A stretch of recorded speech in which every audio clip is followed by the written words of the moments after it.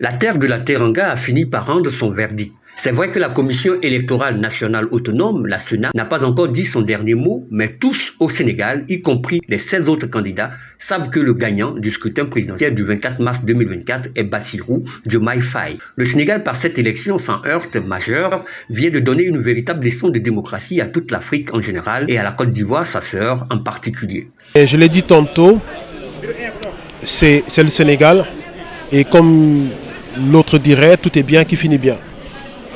Et donc les Sénégalais ont su, on va dire, surmonter leurs divergences, mais aussi ont su laisser leurs institutions fonctionner et permettre donc la tenue de cette élection aujourd'hui.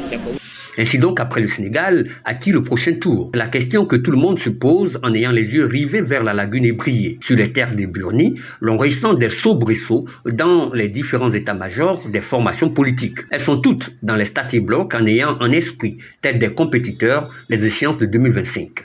Le comité central du Parti des peuples africains Côte d'Ivoire a déjà sa réponse quant à la candidature de Laurent Gbagbo à la présidentielle de 2025 bien avant l'heure. Et ce ne sera pas une convention ultérieure du parti qui changera la donne. Au PDCI, on voit clairement dans le jeu de Tidiane Cham. Et ce qui est sûr, le nouveau chef du plus vieux parti politique de Côte d'Ivoire manœuvre pour rester le seul candidat crédible à la présidentielle de 2025, même s'il y a des velléités de contestation de certains pontes du parti et non les moindres.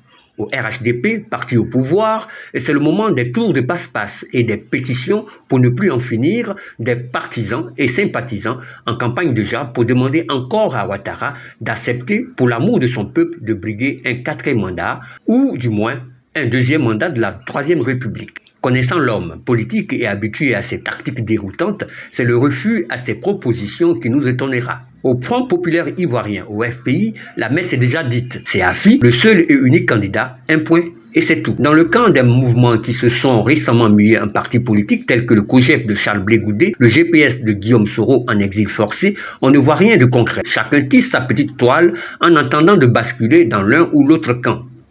C'est donc dans un tel environnement où chaque formation politique a déjà son champion et ne compte pas le changer, quoi qu'il advienne, que le pays évolue. Chaque camp et ses partisans définissent leurs priorités qui sont pour Laurent Gbagbo et la majorité de l'opposition, par exemple, la réinscription sur la liste électorale de tous ceux qui ont droit à y être, lui en particulier.